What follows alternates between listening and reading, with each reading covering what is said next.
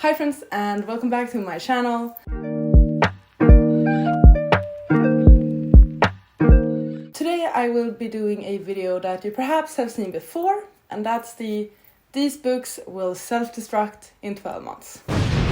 Basically it's an UNHAUL project where if I have not read these books within the next 12 months or I have not unhauled it myself for various reasons, I'm gonna need to unhaul the book. Like when I first saw a video like this a few years back, I wasn't really interested in making one myself because I wanted to say that I didn't want to put the pressure on myself to read a certain book within a set amount of time. But I do torture myself that way all the time with like TBRs, readathons, year-long challenges, stuff like that. So that doesn't really make sense anymore. I didn't want to be forced to unhaul certain books purely because I had not gotten to them within a certain amount of time. But things change. My book collection is constantly growing and my reading taste is changing as well.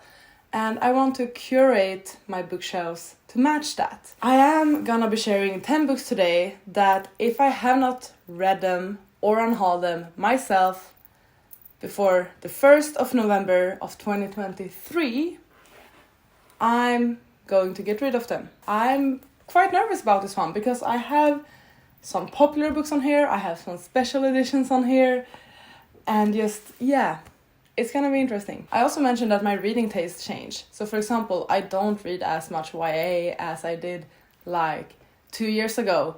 I think I looked up my stats and I started to track my reading in 2020. And in 2020, about a third of all the books I read, 32% of the books I read, were targeted towards young adults. While this year, in 2022, only 15% of the books I read are YA. I want that to be reflected in my bookshelves as well. Like if I have YA books on my shelves, I'm not as inclined to read them anymore. I'm gonna go through all of the 10 books and why they are participating in this challenge. The first book that is actually the book that made me want to do this challenge is The Ballad of Songbirds and Snakes. This is without a dust jacket, but this is the prequel, the Hunger Games prequel about President Snow. I bought this back in 2020 when it was first released and I read about a third of it and I have since never continued. This has been on my multiple of my year-long challenges. This is on my currently reading for years. I feel very indifferent towards this book, so I could easily unhaul it at this very moment, to be fair. I do want to actually give myself a chance to read this book, especially before the movie is released, because they are making a movie of this one, I believe. I honestly wouldn't care if I got rid of this one. So that's why I'm giving me one more year to keep this on my shelves, hopefully finish it, and if I don't, I won't feel bad about parting ways with it. Next up on this list is Little Thieves. This is the beautiful Illumicrate edition with the sprayed edges, and it's gorgeous underneath the dust jacket as well. Would you look at that? So you might be thinking, Charlotte, why would you ever want to unhaul this one, whether or not you read it? Well, as you might guess, I have not read it yet, and this is actually the first Illumicrate book I ever got. I love my Illumicrate books, but I'm very bad at actually reading them, and putting a gorgeous edition and a sentimental edition on this list will force me to read it, I hope. And otherwise, if I don't read it within the next year, I do hope I can sell this to someone or give this to someone who would appreciate it more. It's one of those things where I am very intrigued by the book. I would love to read it. I'm not certain if I will love it. And also I do think that perhaps someone else would love it more than I do. But I still want to keep this one. So this is one I'm quite determined to read within the next year. A book I purchased mainly because it's a cover buy. Also I have heard amazing things about it. But that's The Daughter of the Moon Goddess. And the reason I'm putting this on this list is because this is probably one of the more expensive books I bought this year. Mainly because it was a new release and I bought it as a hardback. There really was no need for me to buy this as a hardback. I have not read it yet. I still don't know what it's about really. I just wanted it because it looks pretty, which is completely fair. But I feel like if I was not gonna read it instantly, why did I hurry with purchasing this one as soon as it was released? Why couldn't I wait until it was discounted or released in paperback or something. Like, why did I have to have this one in hardback instantly? That is sort of the thing that's giving me regrets. So I do want to read this one as soon as possible, so I can know that it was actually worth me buying it so early, I guess. We have The Beautiful by Renee Ahdieh. This is a book I bought, I think, back in 2020 when I was just getting back into reading. This book was mentioned everywhere. It's a young adult, new adult vampire story. And I have not heard about this book since that year. I have not heard the best things about its sequels, I think. I do feel like I might be growing out of reading YA. I'm not certain, but it's just not something I read anymore. So it would be really fun to get into another YA story. I don't know what I will think of this one. This was a book I really, really wanted 2 or 3 years ago, but I have not read it. Another book that I've heard nothing about since its release, basically, that is Lore. This is also a book I purchased in 2020, so it's been on my shelves for a couple of years. And I was so excited about this book. It was very hyped, I feel like, but once it was released and people had read it, I didn't hear the best things. So I've heard very mixed things about this book. I do still think the cover is gorgeous. I am still quite intrigued by it, but it's one of those books that I keep forgetting about. I keep forgetting that I have this book on my shelves, and that's not good. So if I'm gonna forget about it, I might as well unhaul it, but I wanted to give myself a chance to read it before I unhaul it, hence putting it on this list and in this self-destruct project. Another Illumicrate book, actually, that is The Drowned Woods. This is, I think it was like the June or July book. I know nothing about this one. Actually, the premise of it intrigues me. When I read like the back of it and the synopsis, I am intrigued by the story, but I feel like I've never heard anyone even mention this book, like at all, other than their Illumicrate unboxings. So I have no clue what to expect.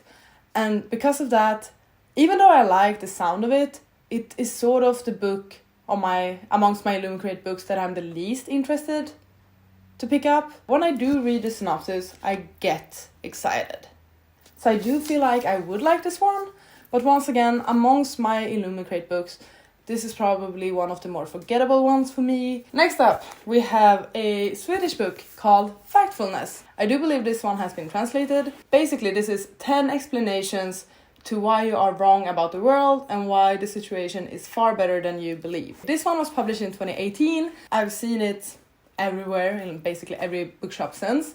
But the thing that starts to worry me is because it's a non-fiction with like hard facts about stuff, I'm starting to worry that it might get dated. Perhaps it can't get that dated within 4 years, I have no clue. But because this is facts about the world, I am worried that if I wait too long to read this one, it's gonna get dated. And the information and facts in here won't be relevant or true anymore. Holding it now, I'm actually excited about it. I need to get back into non-fiction. I'm starting to learn that I like non-fiction. Who am I? I don't know. Going back to the do I still like YA? A Song of Wraiths and Ruin. This is another one of those books I purchased in 2020, I think. And I was super excited about it. I still am. It's one of those books, once again, where if I read the premise, I get super excited. I've had this on so many TBRs. This, other than Gemina, is probably the book I've had on most TBRs throughout the year. And I still never got into it. Oh, it's stunning. I don't want to get rid of you. Basically, I've had this on too many TBRs.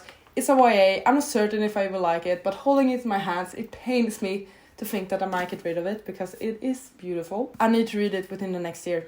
Simple as that. Next one. This is a bit of a cop-out, a simple one.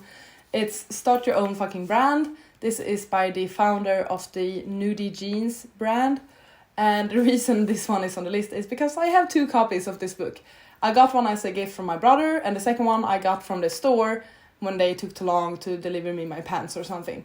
So I have 2 copies of this one. Not certain where the second copy is, but I know I have 2 copies. Or did I get rid of it already? I think I have 2 copies of this book. And there's no need for me to have 2 copies, especially if I have not read the book yet. So I need to read the book and at least get rid of 1 copy. So technically, this won't really affect my physical TBR because it still counts as 1, even though I have 2 copies. But you get the idea. Final book on this list, book number 10. That is box. This is a Swedish book by a Swedish author duo, and I actually started reading this one in August, I think. And I was very surprised to find that I'm enjoying it. So I typically don't do well with Swedish authors.